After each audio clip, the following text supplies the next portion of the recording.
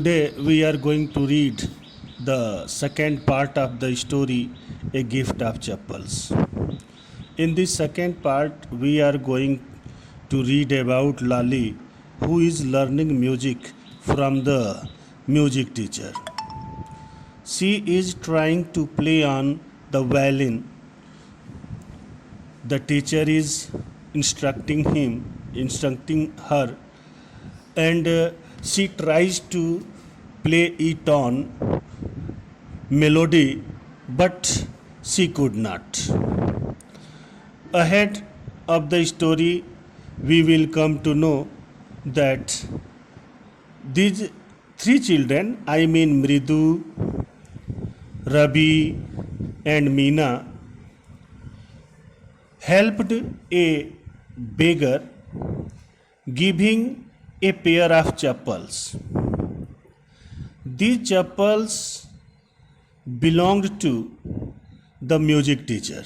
I mean to say, when the music teacher was teaching Lali, he was engaged in teaching her. At the same time, a beggar came to the garden. Rukmani auntie told the children, especially Rabi, to drive out the beggar because he had been coming to beg for last 2 weeks. Rabi told him to go. Mridu took pity on the beggar when she saw there were burnt spots on his feet. There was not a pair of slipper in his feet. Then these three children, I mean Mridu, Meena, and Rabi, decided to help the beggar. They thought to arrange a pair of chappals for the beggar. In this way, they came to veranda. There they saw a pair of chappals.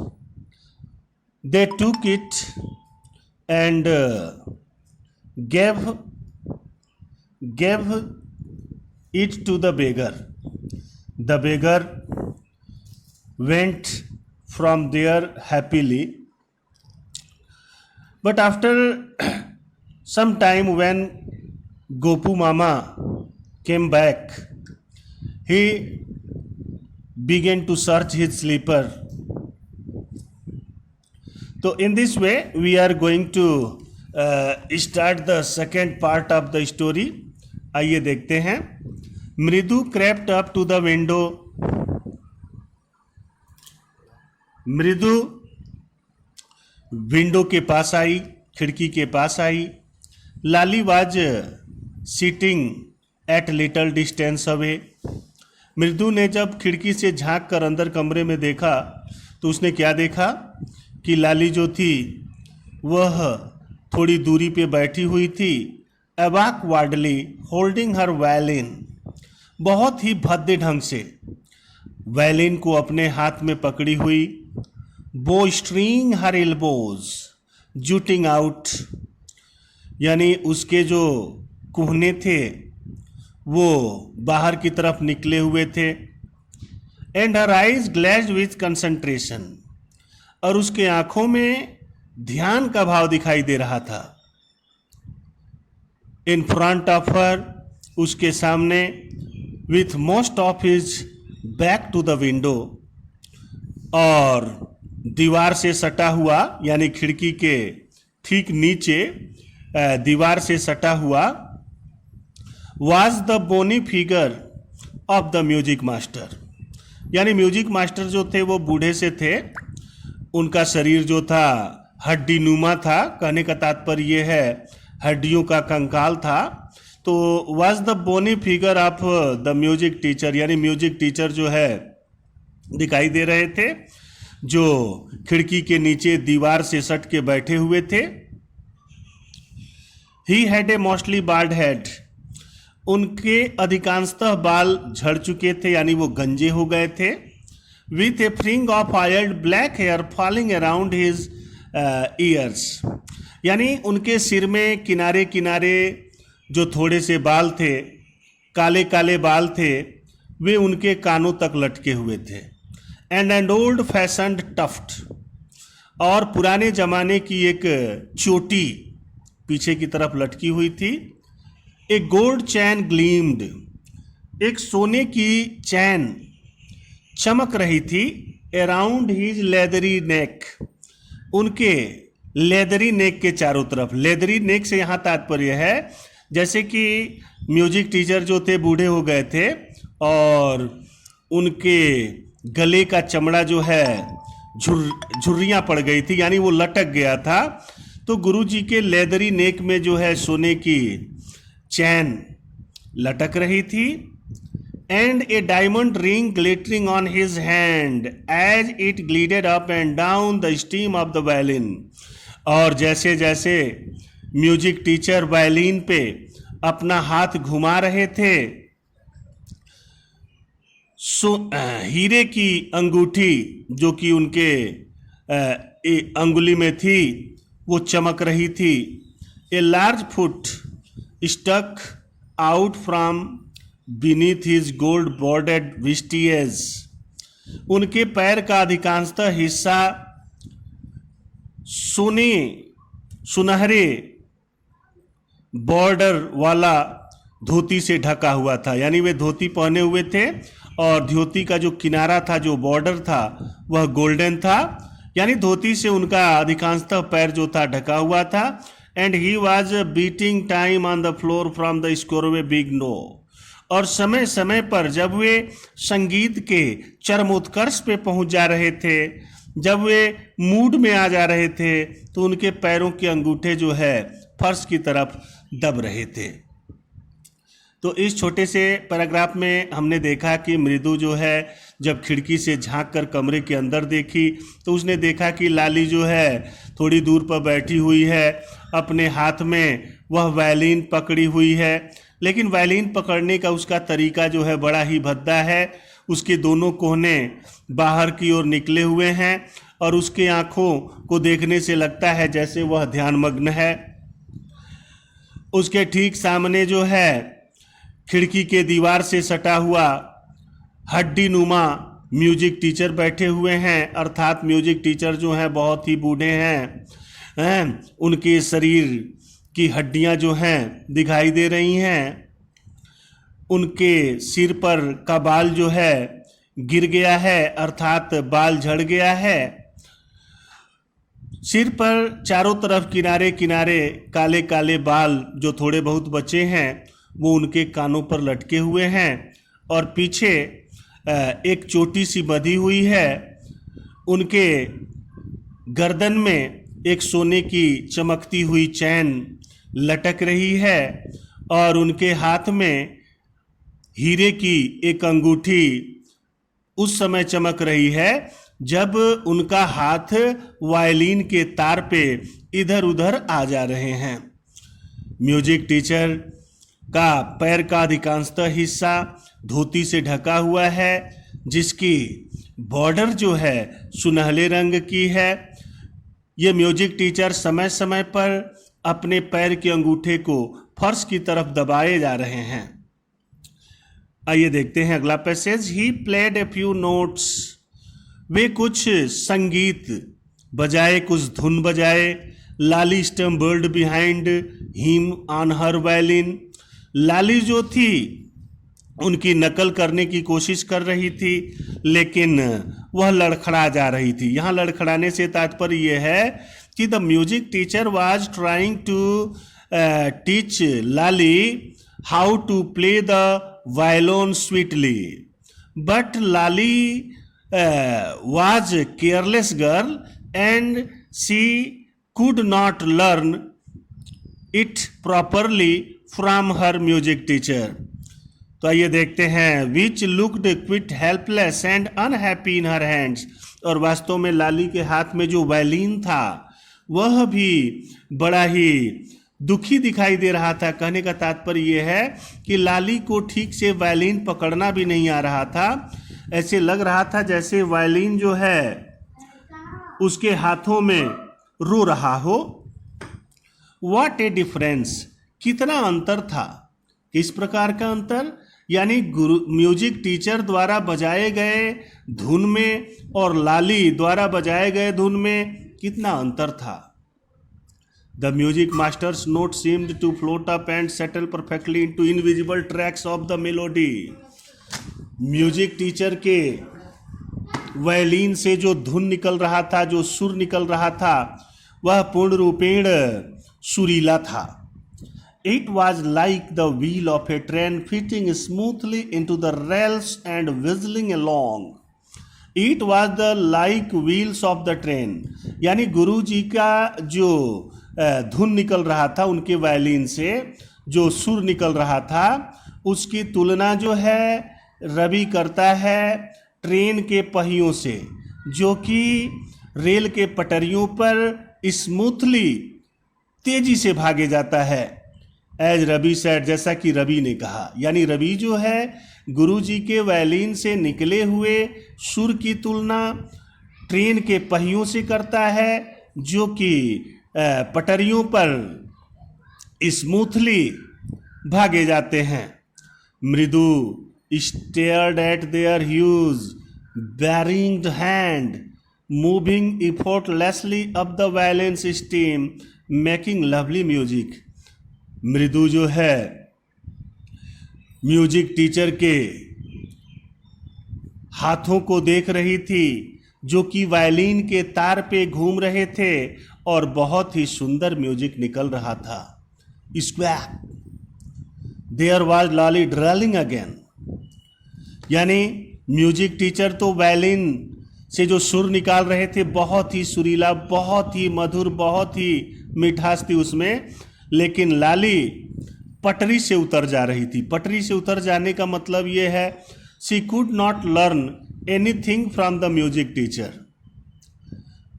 तभी जो है आवाज आई, देखिए, अमा केम ए well from the gate.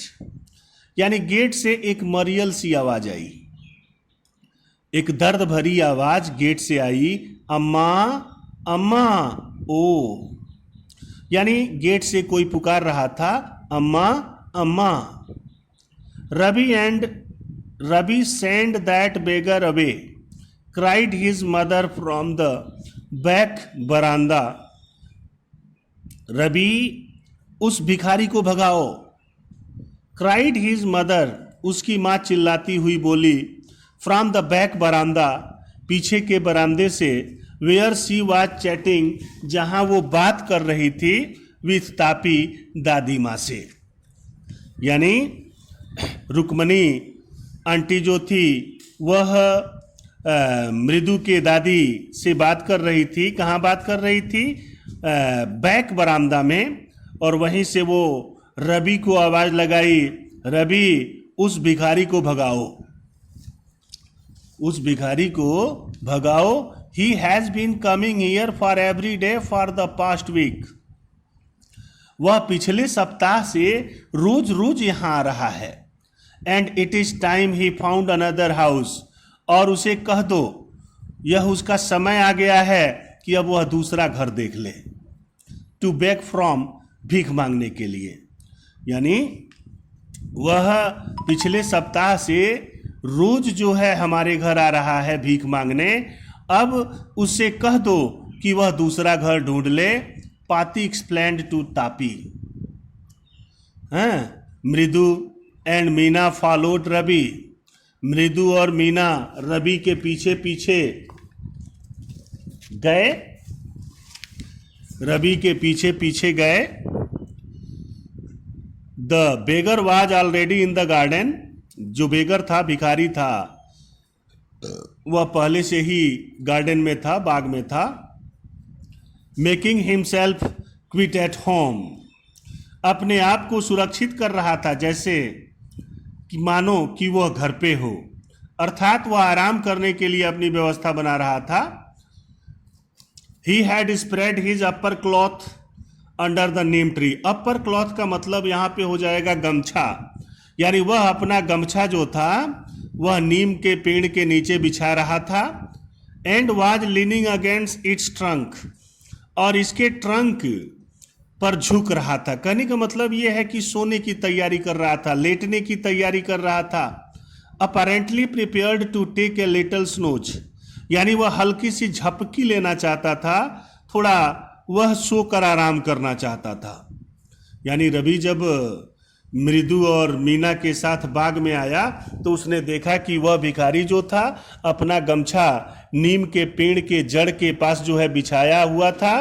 वास्तव में वह थोड़ा झपकी लेना चाहता था, आराम करना चाहता था।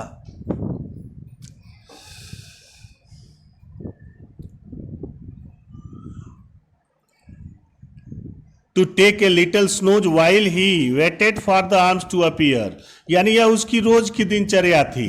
वह बाग में वह आते ही पहले आवाज लगा देता था और उसके बाद नीम के पेड़ के नीचे जो है अपना गमछा बिछाता था और झपकी लेने लगता था।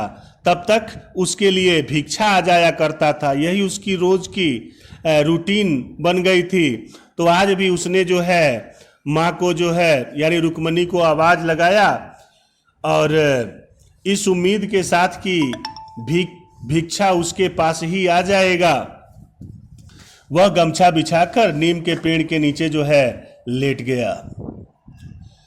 गो away said Ravi sternly, sternly का मतलब सीरियसली। रवि ने कहा भाग जाओ। My paati says it is time you found another house to beg from. मेरी पाती कहती है कि अब तुम दूसरा घर देखो, भीख मांगने के लिए दूसरा घर देखो। The beggar opened his eyes very wide and gazed at each of the children one by one. जो बेगर था वह अपनी आंखें खोला, यानी भिखारी अपनी आंखें खोला, वाइड चौड़ी करके, आंखें चौड़ी करके, यानी तात्पर्य यहां यह है कि वह जो है आश्चर्यचकित होकर के आंखें फाड़ फाड़ कर वह तीनों बच्चों को देखा। And gazed at each of the children one by one, यानी प्रत्येक बच्चे के चेहरे को उसने एक एक करके देखा। The ladies of this house he sad, उसने कहा कि इस घर की औरतें, इस घर की महिलाएं, at last in a voice choked with feelings, यानी बहुत ही नरम आवाज में, बहुत ही शालीन आवाज में उसने कहा, क्या कहा? आर वेरी काइंड सोल, इस घर की औरतें, महिलाएं बहुत ही दयालु हैं। I have kept my body and soul together on their generosity for a whole week. पूरे एक सप्ताह से मैं इसी घर के महिलाओं पर निर्भर हूं, अर्थात जीवित हूं, क्योंकि एक सप्ताह से मुझे इसी घर की औरतें भोजन दे रही हैं और इसी घर के भोजन से मैं एक सप्ताह से जी रहा हूं। आई कैन नॉट बिलीव, मैं विश्वास नहीं कर सकता, that they would turn me out, कि वे मुझे भगा देंगी। तुम लोग झूठ बोल रहे हो, मुझे इस घर के महिलाओं पर पूरा विश्वास है, वो बहुत ही दयालु हैं, बहुत ही सीधी सादी हैं, वे मुझे नहीं भगा सकती, मुझे विश्वास नहीं हो रहा। ही रेज्ड हिज वॉइस, अम्मा अम्मा, और भिखारी जो है फिर से आवाज लगाया, अम्मा अम्मा। Said his well might be, but it certainly was not feeble, it begin in a deep strong rumble somewhere in his weathered belly and came booming out of his mouth with its few remaining teeth stand brown with battle chewing। कहने का तात्पर्य ये रहा है, ये है यहाँ पे कि वह फिर से आवाज लगाने लगा। Sad his well might B, उसकी आवाज में करुणा थी, दुख का भाव दिख रहा था, बट लेकिन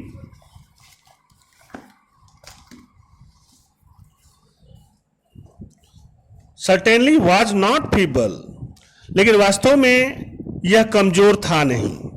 it began in a deep strong rumble somewhere in his withered belly. वास्तव में यह चीख उसके भूखे पेट की थी। And came booming out of his mouth, यानी ये उसके पेट की भूख थी जो कि बाहर आ रही थी। वह अपने पेट की भूख को औरतों से दिखा रहा था। With its few remaining teeth stand brown with betel chewing, यानी पान के पत्ते चबाने के कारण उसके दांत जो है लाल दिखाई दे रहे थे। अब देखिए आगे क्या हुआ। Ravi tell him there is nothing left in the kitchen. Called Rukmani, Rukmani ने बैक बरामदा से आवाज लगाई, रवि कह दो उस भिखारी को कि अब हमारे किचन में कुछ रह नहीं गया है, हमारे किचन में कुछ खाने को रह नहीं गया है। And he is not to come again, और उसे कह दो कि वह फिर दोबारा यहां न आए। टेल हिम दैट, उसे कह दो। शी साउंडेड फेड अप, और इस प्रकार से रुकमनी की आवाज जो है शांत हुई। Ravi did not have to repeat it all to the beggar. Ravi को अब इन सारे बातों को भिखारी के सामने रिपीट करने की जरूरत नहीं थी, क्योंकि रुकमनी आंटी की जो आवाज थी वो ऑलरेडी बेगर तक पहुंच चुकी थी। What his mother said and had been easy for them all to hear, क्योंकि रुकमनी आंटी ने जो कुछ भी कहा वह सबको आसानी से सुनाई दे सकता था। There under the neem tree, उस पेड़ के नीचे, उस पेड़ के नीचे जो भी थे सबको सुनाई दिया। The beggar set up and side, भिखारी जो है उठकर बैठा, गहरी सांस छोड़ी उसने। I will go, I will go, he sad verily, वह काफी थकी हुई आवाज में बोला, I will go, I will go, मैं चला जाऊंगा, मैं चला जाऊंगा। Only let me have a rest here under this tree, मुझे केवल इस पेड़ के नीचे थोड़ा आराम कर लेने दो, मैं चला जाऊंगा। The sun is so hot, है धूप इतना तेज है। The tar has melted on the road, road पर, सड़क पर जो तार है वो पिघल गया है। My feet are already blistered, मेरे पैरों में पहले से ही छाले पड़ गए हैं। He stretched out his feet to show large pink peeling blisters on the soles of his bare feet, और उसने अपना पैर फैलाया और दिखाया, उसके पैरों में गुलाबी रंग के फफोले पड़ गए थे, अर्थात जले हुए का निशान उसके पैरों पर दिखाई दे रहा था।